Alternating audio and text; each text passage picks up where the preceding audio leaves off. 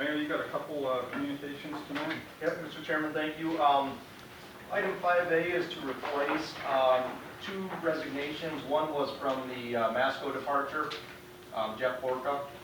He was the Masco representative, and now they're gone. They will not have a representative. And then the other one was from the vacancy left by Tom Nestor.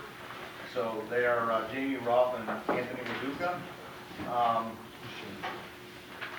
I think George is here. No, where's George? Oh, Tia's here. I'm sorry. Yeah, I think George he's actually left upstairs. I have Anthony right next to me, and he had his resume sent over, and I just wanted to bring him here so he can formally introduce himself. He's been a long-time business partner that works in the city of Taylor with a lot of the residential properties. He owns MJC, Cypress Gardens. How many other ones do you have, Nino? Hi, I'm Anthony LaDuca, but a lot of people call me Nino, so you'll be confused and say, who's this Nino character? I know some of you I don't get along with all the time. I'm just here to do my job in the city, what I think a perfect development would be. We have a history in the city. We've done many, many subdivisions. My father started here in 1967, where they actually hand-built the homes. They actually framed, roofed, did the carpentry, painted, they did all the work, the cement work and everything. We have many parcels in Taylor, and a couple years ago we decided that we'd come back to Taylor because we were in many other communities, and we're very glad we came back. We started Cypress Garden, and I work very close with your planner, with your council members, and it's a great community to build in. And I believe a lot of the clients that we have, I say this all the time to some of our clients, is that each of us believes that the next home that we build or next community we move into is going to be one up from the community we live in. So if you're in Lincoln Park, you might think Southgate or Wyandotte is your one up. But the people that come to Taylor, they really think that the Taylor that they're moving into is the best place in Downriver. Most of our sites are close to transportation, shopping. They're subdivisions that are very private with trees, a lot of amenities because we work with the city planner. Not just on requirements, but on things that many people float as ideas, and we incorporate into our sites. So I've been with MJC since 1995. My father, Russ, is a partner. So when Tia says I'm part of MJC, I am kind of through a relationship. It's really my dad and his partner that own the company. And we're all family. We work with the building department and the assessing department very closely. And we really like what we do here. And this is who I am. I'm Anthony LaDuca. I hope to bring some of my experience to the TIF board. And hopefully I can gain some knowledge from it and then bring in some of my experience. In the motion, it lists you as Nino. Is that fine, or would you rather it be Anthony? Legally, it's Anthony. My mother had a big problem with that. It's like, you're not growing up ethnic. You're growing up, just looking at the thing. So, you're growing up Americanized. All right. No, you're fine. Then I'm going to call you Tony. There you go, because he calls me Tony. Mr. Chairman, Mayor. And Jamie Roth is one of the owners of Hillside Investments, which they are a property owner in the city of Taylor. They're actually doing the development on Telegraph and Goddard, where the future Del Taco is going to go in front of Home Depot. That's one of their developments. So one of the things we look for with both of these are business backgrounds and ability to attend. Quorums are often difficult to with these particular groups. So. And both of the individuals know the importance. So that's item 5A. And item 5B is the reappointment of Ron Moran and Rich Todd to the DDA. Any questions on any of those? Mayor, is that all you have? It is, Mr. Chairman. Thank you. That'll take us to item 6. Item 6 is a motion to approve the first reading of the proposed amendment to Article 8.0 entitled Industrial Districts. Numbers as read and renumbering of the remainder of these sections. Mrs. Bell. Through the chair, this is to regulate the recreational marijuana, which we already have an ordinance adopted.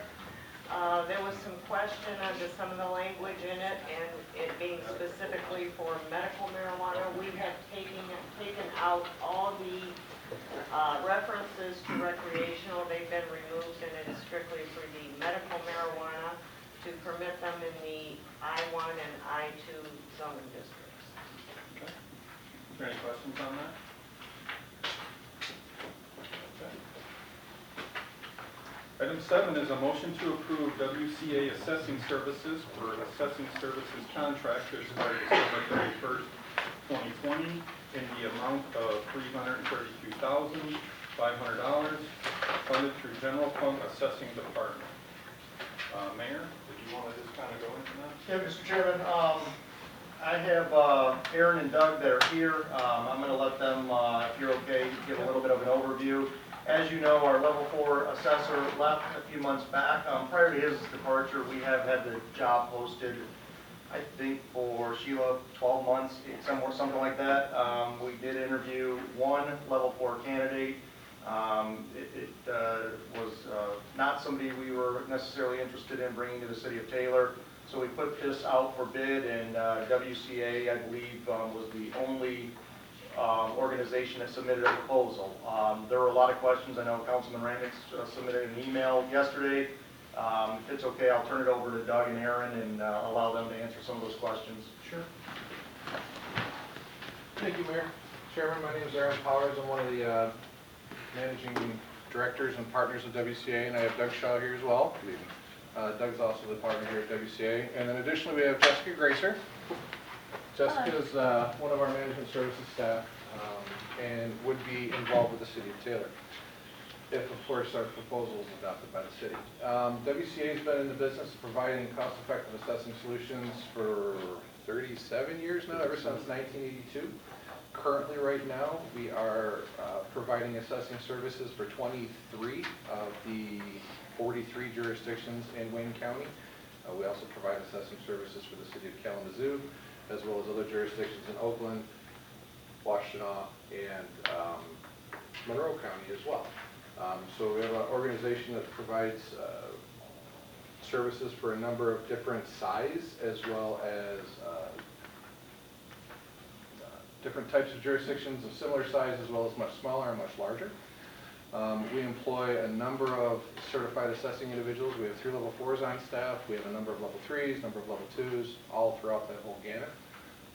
We're welcome to provide you any additional information and answer any questions which I think that you may have as it relates to either our proposal, our bid, our history, or what it is that we can provide for the city. Did a little bit of research on you. Great company. I hear you're really good. Appreciate that. And that's important. But again, there's questions that we just because you're good, we just want to make sure we're going to get our money out of it. One of the questions I have, now you're looking at this as a what, 1-year contract to start with a renewal every year? That's how the RFP was written. Typically, we do a minimum of 3-year contract, but that's the RFP that we proposed. So at the end of 1 year, we're not obligated to make sure that you stay. We don't have to vote to keep you. We can just say no. That's how your RFP was written. Okay, good. Just making sure. On a day-to-day basis, did you get my list of information I sent over? Yeah. If you could kind of just give us a quick review of that, it'd probably be a lot easier. That way I don't have to keep Sure. asking the question. Let me address the bullet points. We'll Yes, kind of go please. through that. Sure. Well, who will manage the day-to-day office for WCA and office hours, and who's basically going to be on staff day-to-day? Where we're at right now in the assessing cycle is that, as you're probably aware, assessing is relatively a cyclical fashion where we're quite busy towards the end of the year, moving into our boards of review. Right now, we've got a number of things that are coming up. Obviously, certification of tax roll going out for December 1st. We obviously have the December board of review coming up in a couple of weeks after that. And then, of course, all what's necessary to do the preparation of the assessment roll moving forward. So initially, our plan is to start as soon as possible. And when we say that who would manage the office day-to-day is that I personally handle the transition of any new client, but then additionally the level 4, which is Jessica Gracer. She's also one of our level 4s. She will be responsible for the certification of the assessment roll as well as the management of the daily staff. I'll be kind of overseeing everything that's necessary for that transition period and helping her along with that. In addition to... Just one quick question. Yes. At the beginning, so there'll be a level 4 here, deadly? At least one. At least one. Correct. And then additionally, until we can make sure that we're caught up on the permit work that's outstanding, as well as to make sure that we're on top of where we're at for any of the other items that we're going, is that this point of the year is kind of our all hands on deck, get things caught up time of year. So during that transition period, we'll probably have quite a number of people here until we're at least comfortable with the fact that we can bring everything up to speed where it needs to be. Okay. Main level 4 point of contact, Jessica Gracer. Office hours, bi-weekly updates to meet through November, to meet with the mayor bi-weekly November through March, and then moving to monthly April through October, certainly no difficulty. Communication through the mayor to city council, major taxpayers and residents. If there's any particular communication procedures that the city has, the reason I mention that is specifically if there's anything as it relates to press. I know some of our client jurisdictions have rules and procedures. We follow whatever is necessary within the jurisdiction that they set forth. And then the next line item is for the AMAR. And for those of you that don't know, AMAR is an acronym that stands for the Audit of Minimum Assessment Requirements. It's a program that's led through the state of Michigan, the Department of Treasury.